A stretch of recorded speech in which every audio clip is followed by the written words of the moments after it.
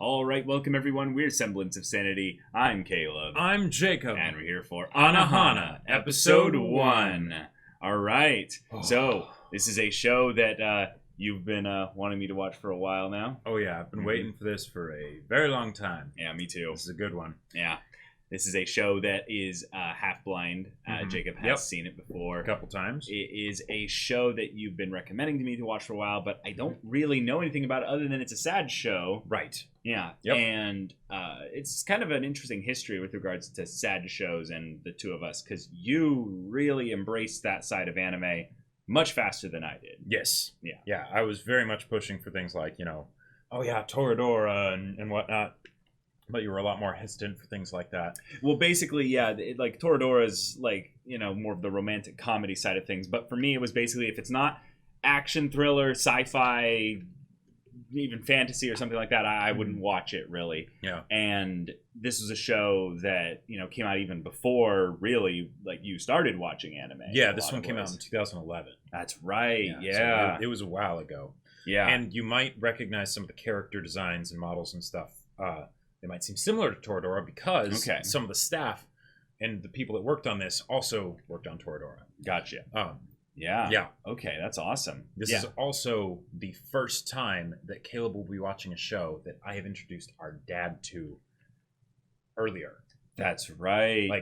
So, yeah, that's how long I've been waiting for this to happen. Wow. This one did well in the polls, but sadly it was consistently just not able to come. Yeah, for those of you that have been around in our Patreon polls and stuff, you know that this was basically the other Rakugo, where it was in so many polls and never winning. And thus, we have our Tuesday slot, which for those of you that have not been with us for a while, Tuesday slots are basically the time when Jacob and I choose a one cour or shorter show and just take turns going back and forth choosing one. I chose Daily Lives of High School Boys, then he chose Asabi Asabase, and now I'm choosing Anohana. Yep. And vindication at last. Yeah, this is something that I'm really, really like not hyped to see, but like I feel like I'm open and ready to watch a show like this. And it's kind of fun to think about that it's been, like so many years since starting to watch anime, and this is just something that like the general anime community has had all this time. Yeah. And I've just, I guess, ignored. Also, it has an amazing OST. I'm really excited to see what you think of it. That's awesome. And for any fans of Anohana out there, there is also some amazing covers, like acoustic covers by Lucas King on Spotify, that you should definitely check out because they're fantastic. And I'm going to be showing you those once we're done with the show. Okay, sweet. But yeah, y'all, new show. So without further ado, let's get into it. Oh my god, it started like that. Die. Younger sister? Wait, what? What? The summer animals are in heat. Menma? Why is he ignoring her?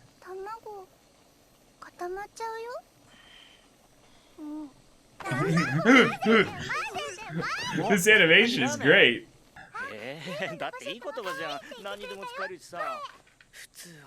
Wait, what? The way they're talking over each other is really... No reflection? Oh, crap. Yeah, because he said Menma once.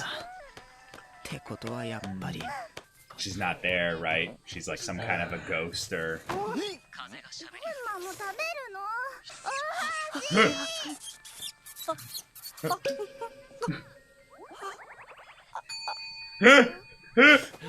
Oh, crap. So, yeah. She's, yeah. Oh, sweet! Guys collecting beetles. Jeez, that thing is huge. Yeah. Oh, but she wasn't in the shot at that point.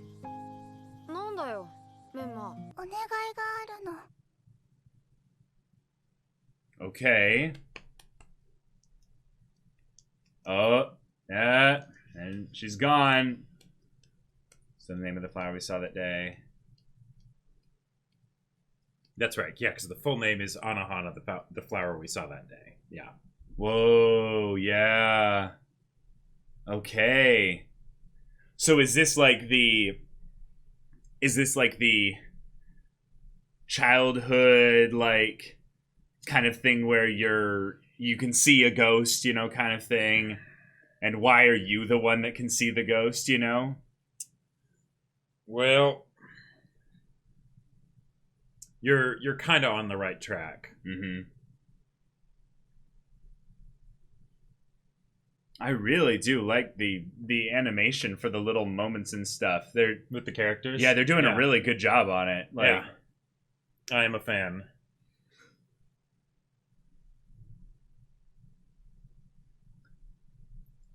Oh.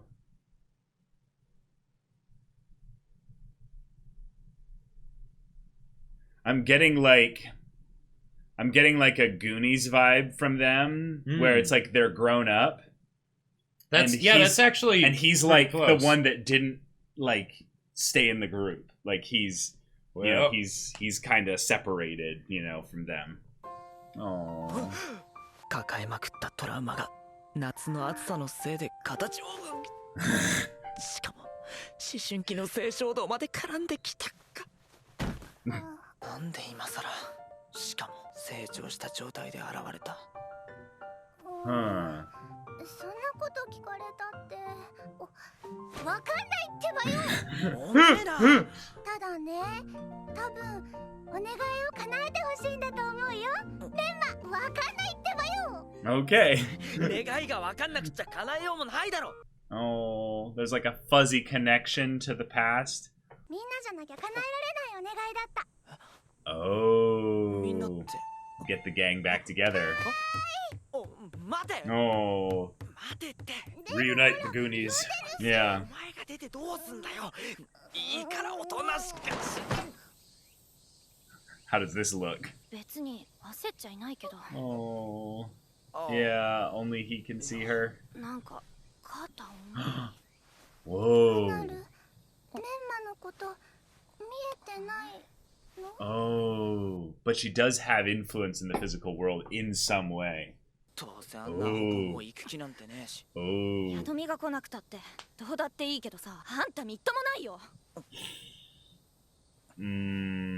There's pain in those words. Baka. Yeah. 安城とかなることか呼ぶならどっちかもなんであいつはもうあの頃のアナルじゃねえんだ Everyone's changed. あの腐れビッチに頼んだって Oh. 手なんか貸してくれるわけね腐れビッチバカ女ってことはもう一回アナルのとこ行こうよお願いしようジンタ Whoa. Okay. Okay. So the question is she the reason for why it went wrong, or is she the reason as to why it's going to get better, That's a good question. お帽子にメガネ気にすんなほら行くんだろ Ara. Mentally preparing himself for something. ラーメンのネギついてるよハニーうっさい Oh.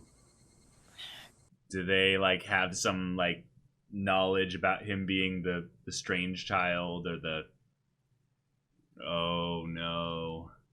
Oh no. There's going to be multiple levels of tears. You are definitely right about that. Yeah, nice. I love seeing the different ways that anime will creatively avoid having exact brands. 俺なんてどうだっていいって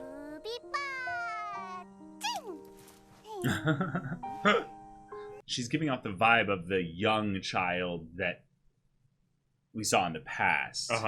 Right. But he was mentioning like seeing her grown up form, meaning that she's like But if she's some sort of ghost or something, why is she grown up? Yeah, exactly. Yeah. メンマに対してのジンタ見て見てわ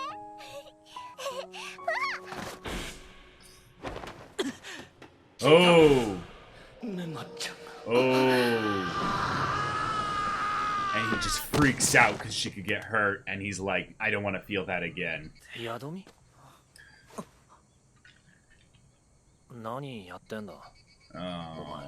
あんたジンちゃん家行ったの？ノック。あれしなかったっけ？まあいいじゃん。それよりちらっと寄っただけ。自分で持ってけばいいでしょ。思春期思春期。み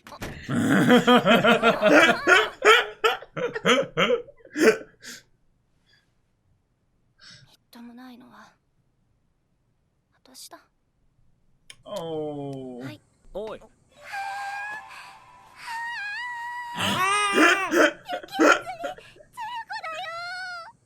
Oh. 行くぞは Oh. その聞いたよ雪やつ。 Oh. 学校行ってないんだってな Ah. 受験に失敗してここらじゃ底辺の高校入って何か湧いたんじゃね Wow. So everyone's had to deal with it in their own way. It's the everyone's moved on, but no one's moved on. Yeah. いやみんな変わっちまったんだ一番変わっちまったのは俺なんだよなお前といると嫌なこととか思い出して Oh. イライラすんだよ That's just a tired boy right there. He's just like, hey, I'm tired, man. Can you give me a little bit of a break? Oh. Some I feel that. carrying a weight that no one in high school should have to. And that he probably carried from when he was way younger. You know. 俺たち超平和バスターズ Super な Peace Busters. Yep. So they do pranks or something? They disturb the peace? すごいやつらってことらしい。 Sure. 俺たちが平和を守るんだ。 Wait. どこの平和？俺の後をついてきてた Okay. そうあの日メンマのこと好きなんでしょ？あ？超平和バスターズに隠し事はなしだぞ。雪やつ。いいえ。誰がこんなブス。 Oh no! No, dude! なのに Oh. Yeah. It's almost just as bad. 明日謝りゃいいやって思った Oh. まず。だけどその明日は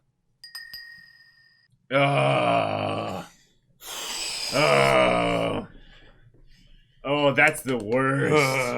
That's the worst. Okay.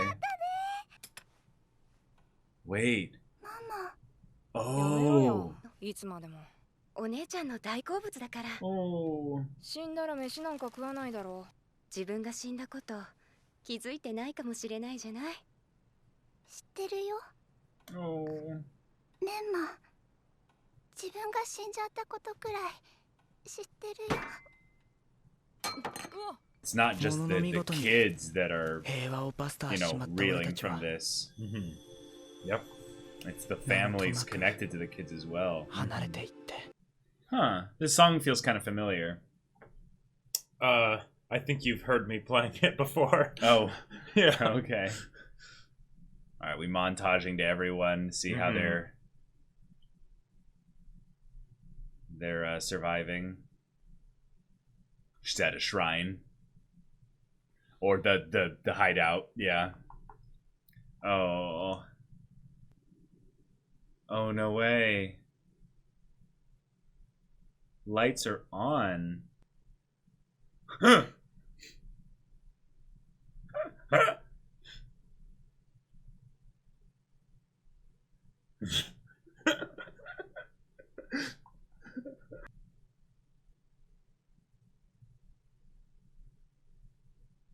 Oh.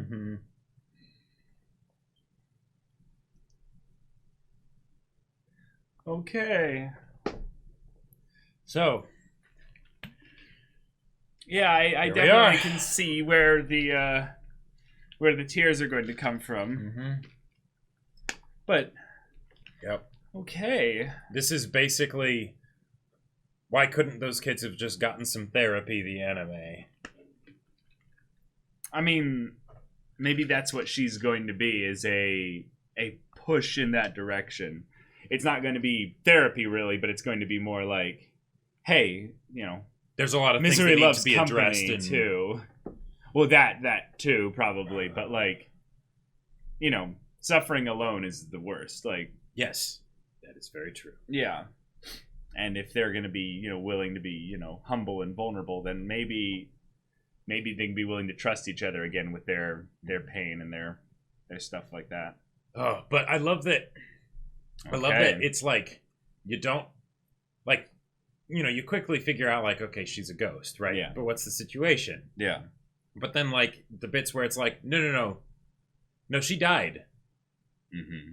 When they were kids. Yeah, that was the thing that I didn't really click onto really quickly, was how close to the time they flashed back did she actually die? Right. But it was like, no, that was the day. That was the last time they saw her. The last time, or he saw her, at least. You know, right. After he ran away. Yeah. I just really hope this doesn't turn into like a murder mystery or something. All right. We are. This is it. We are. This is the premise of the show. Yep. Mm-hmm. I feel like I got a grip on it rather quickly. It feels very natural in the way that it's presented.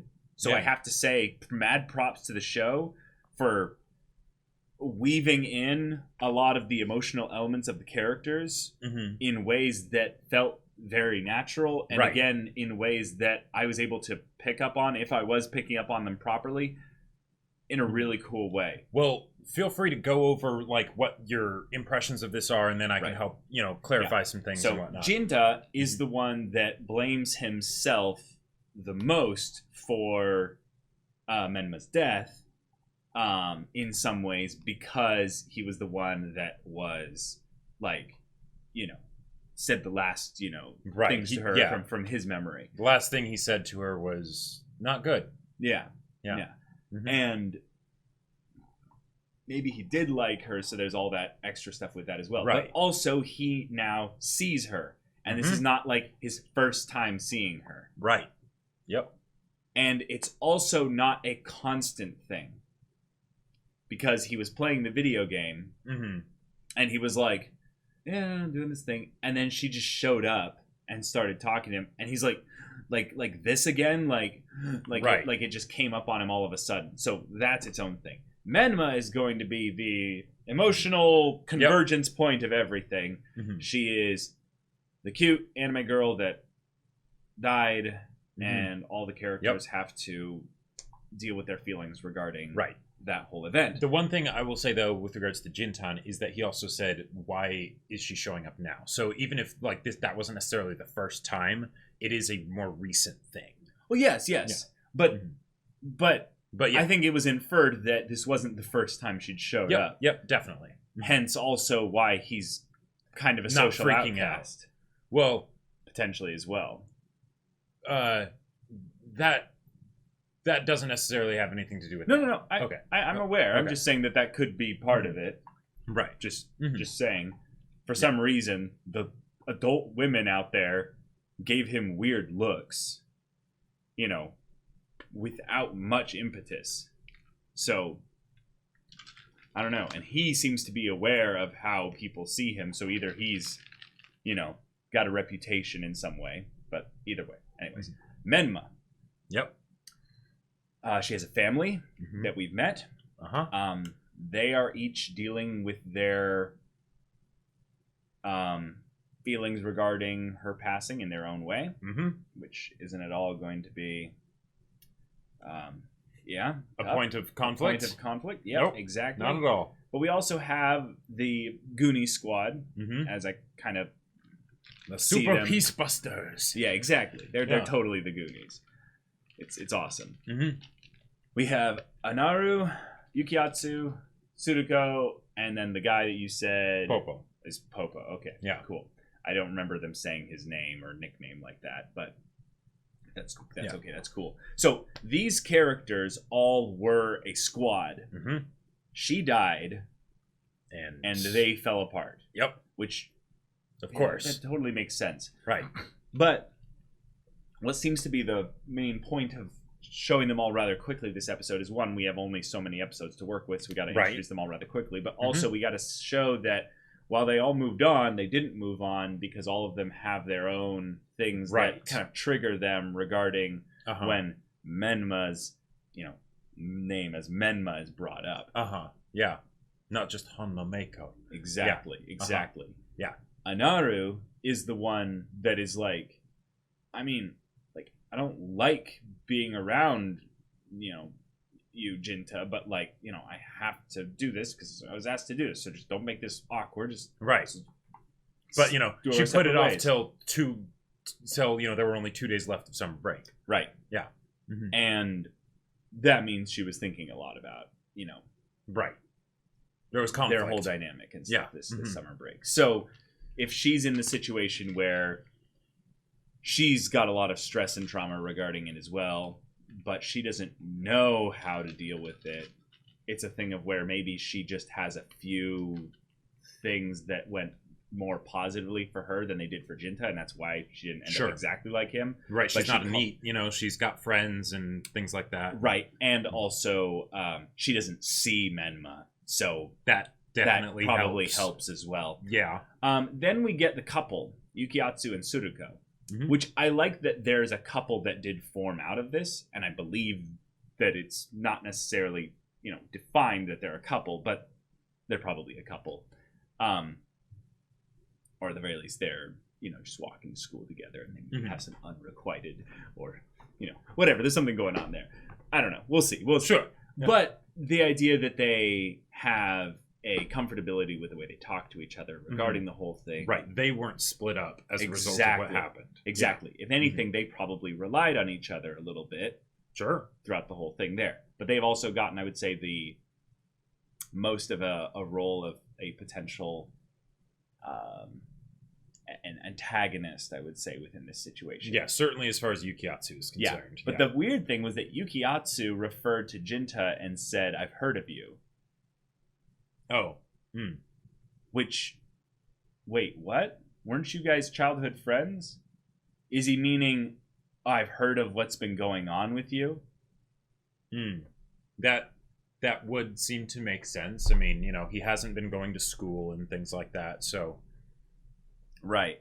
Now, Jinta makes a point of saying something regarding Yukiatsu's uniform. Right, that he was originally supposed to go to that same high school. Exactly. The more prestigious one and whatnot. Right, so he ended up going to a lower high school because of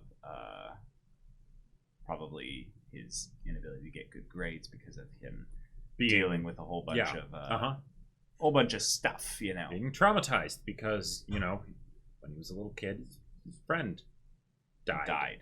Yeah. And that's its own thing. Yeah, I'm supposed to wear that high school uniform, right? So he's in a college prep school that is pretty good. Yep. And now he's right.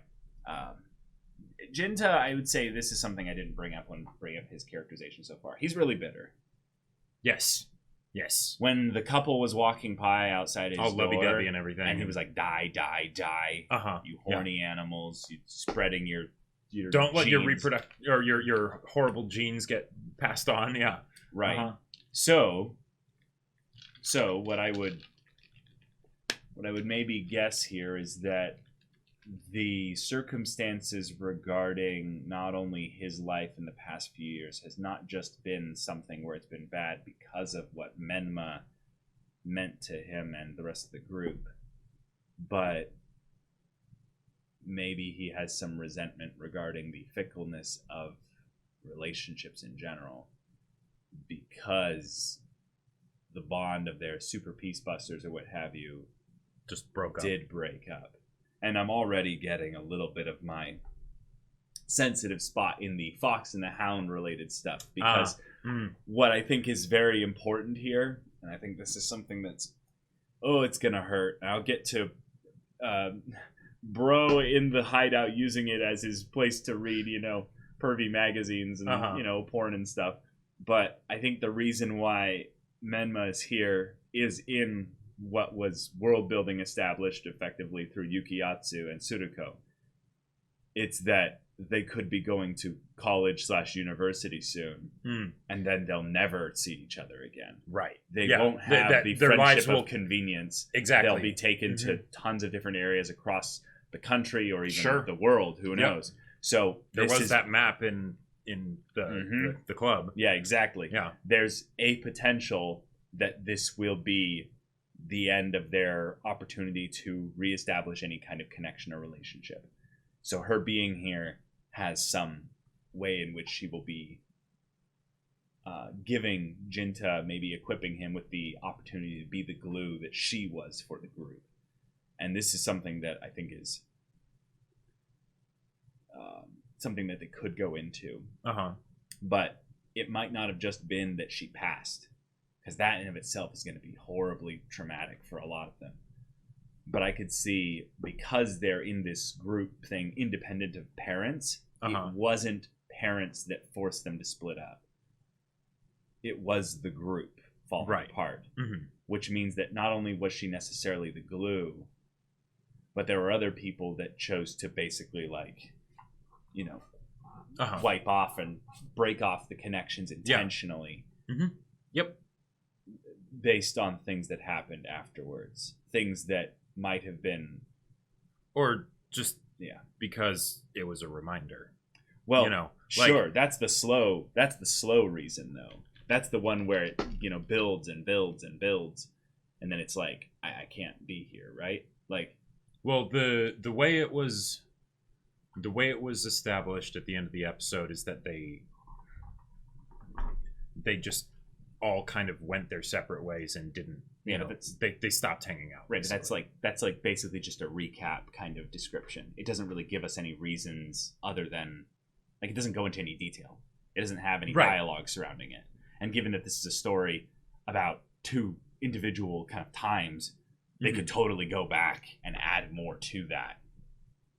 Like, do you think the entire... I mean, you've watched the anime, but I'm saying that there's a possibility that the entire story doesn't have to focus in the present right here. The story focuses on the present and also at the past time of when Menma was still alive. Okay. So you know, like when they were the Super Peace Busters and things like that, for kind of context on how their dynamic works. But so going backwards, it's just the two timelines. It doesn't like show a bunch of stuff of like the, you know, transition points from then to now kind of a thing. Okay, gotcha. Yeah. All right. Well then, in that case, then yeah, this is very much a timely thing based on what's going on in the present. The present is very important because they only have probably so much time in order to actually spend time with each other. Yeah, because, you know, they'll become adults and transition out to whatever their life takes them. And they've dealt with this and however they've dealt with it up till now. But, you know, there very well may need to be some healing that happens. Yeah, and let's like get this out of the way here. They're not equipped to do this. They're not. Like, this is part of the thing that makes this whole thing rather messy, is that when you open yourself up like that to trust people that have basically the opportunity to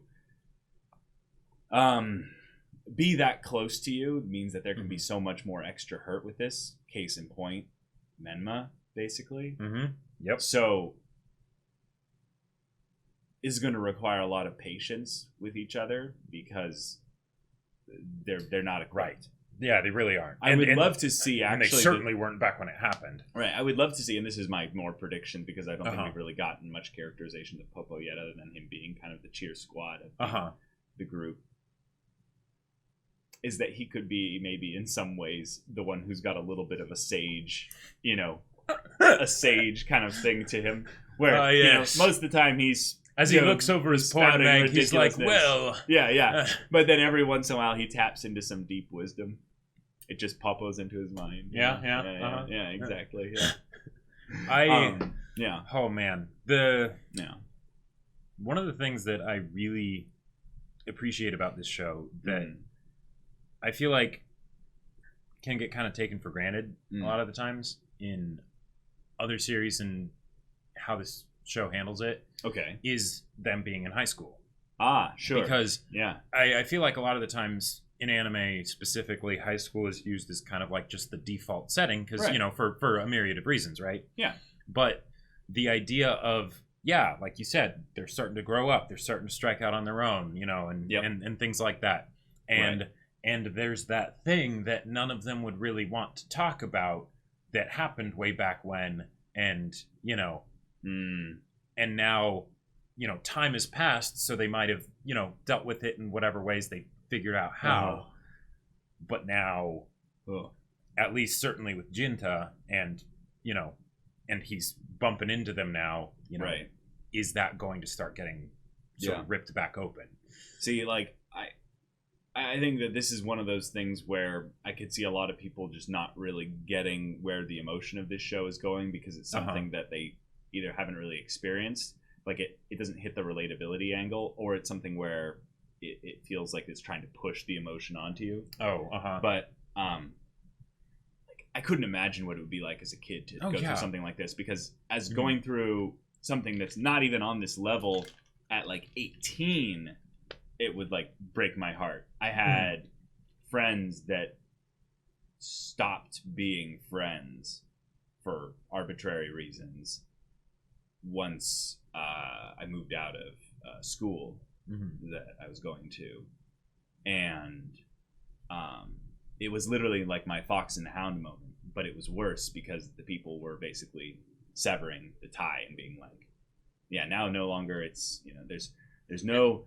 relationship of convenience anymore because we'll be in different locations, but I don't want to continue. There's no desire to build this in any way beyond that. And it was just one of those moments where I was like, oh, I guess I was wrong about, you know, how you felt about this. So I could feel that was coming at some point from one of the characters involved here, in that you could tell Jinta was kind of the leader, in that he was the one loudly proclaiming who they are and what they were going to do. Super Peace Busters. And most of them were okay with that, but it was more of just like, you know, Jinta's doing his loud thing and stuff, and you could even see a little bit of, you know, jealousy maybe from Yukiatsu. You could see a little bit of just the, I support, you know, Jinta from Popo, and then you had kind of the girls being like, you know, calm down.